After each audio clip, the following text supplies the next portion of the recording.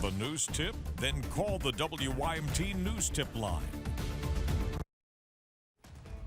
Coming up on Mountain News at 6, a new law takes effect in the way law enforcement and social service agencies communicate with each other about child abuse cases. And the man accused of breaking into a Central Kentucky mansion and killing an attorney was back in court today. It's not what we faced last weekend, but still stormy at times as we head into this weekend. I'm breaking out the very latest after this as Mountain News at 6 starts right now. Dedicated to Eastern and Southern Kentucky, this is WYMT Mountain News at 6. A Senate bill regarding different agencies to better communicate with each other. WYMT's RJ Johnson has more on why one Eastern Kentucky organization calls it game-changing. That is today's top story at 6. Senate Bill 229 was one of nearly 100 new bills that went into effect on July 1st. The bill ensures different agencies are effectively communicating in different cases of child abuse. Originally, the 115, which is the reports of child abuse, would come in to centralized intake and then go out to like law enforcement and Child Protective Services, DCBS. Which is something the executive director of the Kentucky River Children's Advocacy Center, Pamela Carey, says was at times difficult. She says this bill allows no information to be lost. Rather than them telling someone else, and then that person reporting, because then you lose details when it's not the original source doing the reporting. Carey says this allows different agencies to work together. If it's, law enforcement or DCBS, or we can call them and say, hey, we noticed that this meets, criteria. What can we do for you? Because, that referral has to come from them, but if we notice it, we can say, okay, what can we do for you? We can get you scheduled, very quickly. She says at the end of the day, this is best for the children they serve. This is just an enhancement of what's already been in place. Now it's, there in black and white that agencies need to work with each other for the best interest of, justice being served for this child. Casey says there are still several challenges that need to be faced, but is hopeful for the future. In Hazard, RJ Johnson, WYMT Mountain News. She says this new bill is needed now more than ever, saying she has seen an increase in cases since the pandemic. To make a report of child abuse, call 877-597-2331. This year's round of coal severance funds was announced by Andy Beshear's office late last month and is nearly double 2022's amount. WYMT's Jordan Mullins has more on how these funds impact communities here in Eastern Kentucky. In late June, Governor Andy Beshear announced more than $74 million in coal severance funds for several counties. In the Big Sandy, Floyd County is one of many receiving a sizable chunk of those funds. Over the last 10 years, our coal severance hasn't been much. I know we've had years we've gotten as little as $300,000 or $400,000 over the last 2 or 3 years. This $2.1 million for the last fiscal year is going to be great for Floyd County. Floyd County Judge Executive Robbie Williams says this allows the county to fund several projects. With the senior citizens, that number's constant. We have to take care of it each year. We know what that number is. But this is going to afford us the opportunity to finish up our parks. I mean, over the last 4 years, we've really made a big effort to try to step up the quality of our parks. But a big focus for this fiscal year will be road repairs due to last year's major flooding. This gives us a little cash to operate with and go ahead and get these roads completed, and that need to be taken care of due to the flooding last year. Williams adds that this year's round of coal severance funds is huge for the region. We've all been affected by the downturn of coal, and that coal severance money going down to nearly nothing. So when this money is coming back into our communities, that's a big shot in the arm, not just for Floyd County, but all of our surrounding counties. And is impacting economies and communities across the Commonwealth. In Floyd County, Jordan Mullins, WYMT Mountain News. Williams added these funds are also a large part of investing in the future of Eastern Kentucky. Attorney General Daniel Cameron is challenging a federal court's decision to stop a portion of a controversial law from taking effect. The judge's ruling blocked a ban on gender-affirming care for transgender children. The ban is part of Senate Bill 150 that was passed during the legislative session. Attorney General Daniel Cameron filed an emergency motion against the decision. In a statement, he said, quote, "I will do everything in my power to protect Kentucky kids from this radical agenda, and my office will continue to defend this law at every turn," end quote.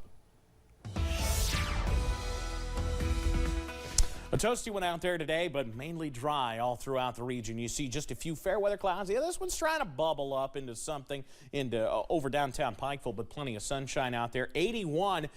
It's not necessarily a comfortable 81, though. A lot of us in the low to mid 80s out there. Monticello was hovering around 90 a little while ago. If you factor in the dew points, yeah, it's 81 in Pikeville, but the dew point of 68 makes it feel like 84. A muggy 84. It feels like 91 in Manchester, same thing in Somerset, 93 in Monticello, where the feels like temperature was 95 not long ago. So it's going to continue to feel like the heat of summer, because that's where we are through the evening. Low 80s this evening, upper 70s as we head past dark, slowly dropping into the 60s with just a few scattered clouds tonight. Olivia, I'll have the breakdown on when we could see a return to some showers and storms in a few minutes. Evan, thank you. The man accused of breaking into a central Kentucky mansion and killing a woman while she slept was back in court today. But little happened in the case of Shannon Gilday, which is frustrating for family and friends who want justice. WYMT's Phil Pendleton spoke to the victim's friends who say they want to see progress in the case. It has been a long and slow quest for justice for the family and friends of Jordan Morgan. Nothing really gets done, and we get a new date in 3 months, and we come back here and do the exact same thing. Nearly a year and a half after Morgan was killed, Shannon Gilday's trial is still 2 years off. His attorney says they are still waiting to get a mental evaluation. The backlog at the psychiatric center is 14 months. This was a senseless murder. She was laying in her bed asleep. Jordan Morgan's family and friends have made t-shirts asking for justice, for it to speed up. Our goal is not to criticize the system. Shannon Gilday's attorney did not want to speak with us on camera after the hearing, but he has told us on a number of different occasions that his client is profoundly mentally ill, and there's really no question on what he did that day back in February of 2022. Friends say Jordan Morgan believed in the same things that they are now fighting for in her absence. There's a reason it says justice for Jordan, because she fought for justice for other people, and she fought for freedom and for rights. Gilday will be back in court November 17th for another status hearing. In Madison County, Phil Pendleton, WYMT Mountain News. Gilday remains in the Madison County Detention Center on a $2 million bond. The FDA announced its approval of a new Alzheimer's slowing drug. It's called Leqembi. It is a groundbreaking advancement in Alzheimer's treatment. Dr. Greg Jitcha of the Sanders Brown Center on Aging is talking about the FDA's approval of lecanemab, also known as Leqembi. While it's not a cure, Leqembi removes amyloidosis from the brain, which contribute to the memory loss associated with Alzheimer's. The goal of the medicine is to keep people doing well. Like Dr. Jackson, 3 years later, he's doing pretty darn good. For those that qualify to take Leqembi, it could now be covered by Medicare, Medicaid, or private insurers, with the possibility of a copay depending on coverage plans. Health officials are warning the public about a serious type of pneumonia. The Fayette County Health Department in Lexington says they are seeing an increase in Legionnaires disease, including 5 cases in the city right now. Kevin Hall with the Lexington Fayette County Health Department says Legionnaires is a rare but serious form of pneumonia, killing about 1 in every 10 people who contract the illness. We have about 5 cases in Fayette County, which is extremely abnormal. Typically, there are 0 cases. Hall says the disease is caused by the Legionella bacteria. He notes it is an ideal time of year for cases to pop up as the bacteria grows in warm, stagnant waters, and the disease forms from human-made water systems. Hall says simply breathing the air near those waters can cause it, but it is not easily transmitted from person to person. Ryan Jones has been an entrepreneur since 2015, taking the title full-time a couple of years ago. Now, in the midst of many life changes between a move and a new baby, our buddy Forbes shares how the Lincoln Road coffee owner is working to brew something bigger than beans.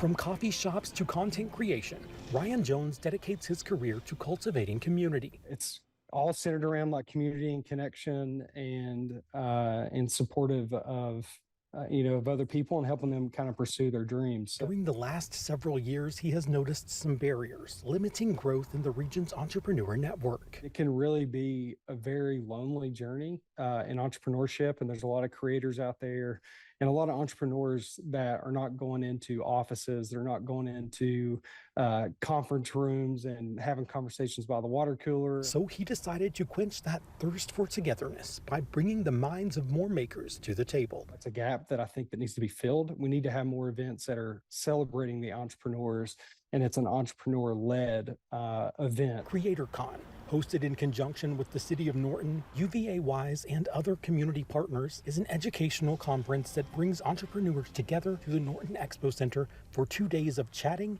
competing, collaborating, and celebrating. And our objective really is to, when you leave the conference, you leave inspired, you leave your creative spirit ignited, you grow your network, and you connect with mentors as well. Jones says creators deserve a support system. We can build this community so we can feel less alone. A space to share the pros and cons of business. In Norton, Virginia, Buddy Forbes, WYMT Mountain News. CreatorCon is set for August 23rd and 24th. Find out more about the speakers and how you can get a seat at the table over on our website. Secretary of State Michael Adams says voter registration and voter removals both went up last month. The Secretary of State's office staff says just more than 10,000 new voters registered on the ballot in June. Voter rolls grew by almost 700 when the removal of about 9,300 ineligible voters were factored in. Coming up, we're watching the potential for storms returning to the forecast. I'm tracking your latest weekend forecast coming up after this. Plus, folks involved in one civic center in Letcher County are stepping up to help survivors involved in last July's floods. WYMT News app offers alerts on breaking stories as they happen.